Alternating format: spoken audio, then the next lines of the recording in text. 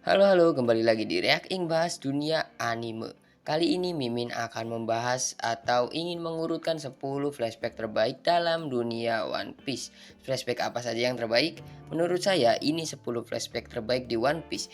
Yang peringkat atas bukan hanya emosional tapi biasanya juga memiliki pengungkapan menarik. Apa aja flashbacknya? Mari kita bedah satu persatu. Yang ke-10 ada flashback Senor Pink.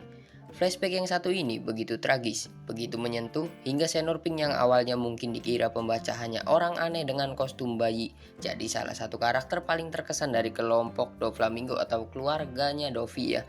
Bagaimana flashback ini mengungkapkan kenyataan soal kostum bayi yang selalu dikenakan Senor Pink membuat dandanannya yang tadinya terasa konyol jadi terasa tragis.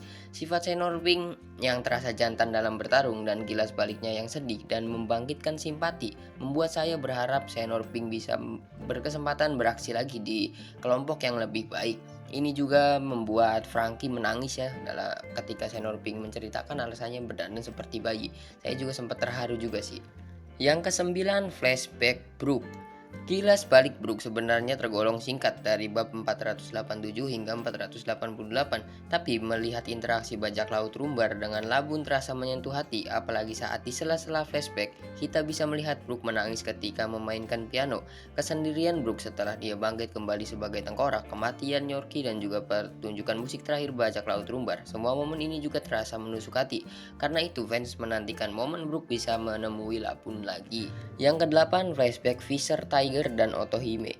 Fisher Tiger dan Otohime itu sebenarnya karakter yang sama-sama menarik. Sayang keduanya berujung mati dengan tragis. Fisher Tiger menolak untuk transfusi darah manusia karena masa lalunya, sementara Otohime dibunuh.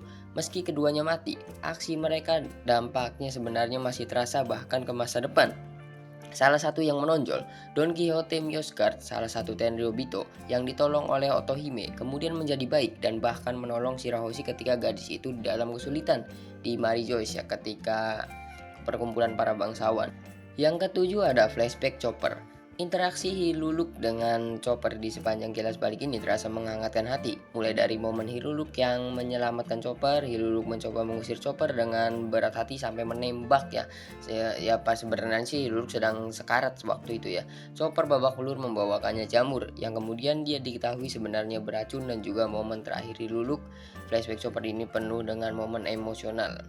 Chopper tuh kasihan banget ya, dikucilkan oleh keluarga rusanya, di manusia dibenci, pokoknya kasihan lah, sedih juga sih.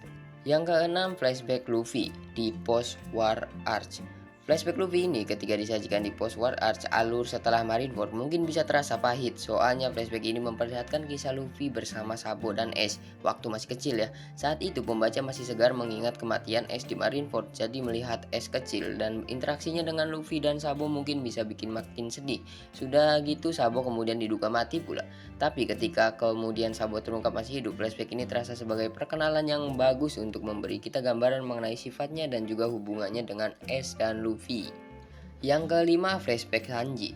Kalau kamu bertanya-tanya flashback Sanji mana yang saya maksud di sini, saya rasa kamu bisa saja menganggap saya memasukkan dua flashback terpenting Sanji di dalam satu poin. Kilas balik Sanji dengan Jeff termasuk kilas balik anggota bajak laut Tobi Jerami paling menohok. Kemudian di Whole Cake Island kita mendapat flashback Sanji lagi yang mengungkapkan bahwa semasa dia bersama keluarganya kehidupannya ternyata luar biasa tragis dan sedih. Yang keempat, flashback Trafalgar Law. Kalau kita bicara soal flashback paling emosional di One Piece, flashback Law adalah salah satu kandidat kuatnya. Bener juga, bener banget nih. Rentetan tragedi yang dia hadapi dalam kisahnya beneran sedih. Mulai dari gambaran soal situasi di Fleet serta bagaimana Rocinante membawa Law, tapi kemudian berujung kehilangan nyawanya di tangan kakaknya sendiri, yaitu Doflamingo. Melihat perkembangan sifat Law kecil karena Rocinante juga terasa menyentuh banget. Sampai-sampai saya bikin baju tuh ya, bikin baju bola tuh namanya itu saya kasih namanya Rocinante ya, Corazon. Nama keluarga Dovinya kan Corazon. Yang ketiga, flashback Nico Robin. Untuk waktu yang sangat lama, saya merasa flashback Nico Robin adalah yang terbaik di One Piece. Kisah yang disajikan soal masa lalu Robin sangat tragis dan bisa bikin kamu kesal ke Gorosei.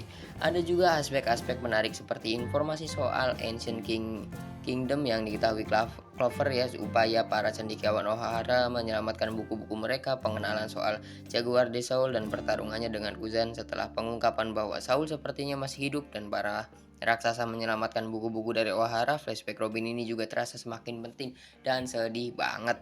Yang kedua, flashback Kozuki Oden. Mungkin ada beberapa bagian kilas balik Oden yang terasa terlalu lambat, tapi tetap flashback Oden ini menurut saya tergolong penuh dengan hal menarik.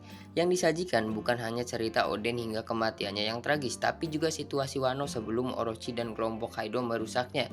Sejarah Akazaya Nine dan yang paling heboh perjalanan Oden bersama Shirohige dan Roger.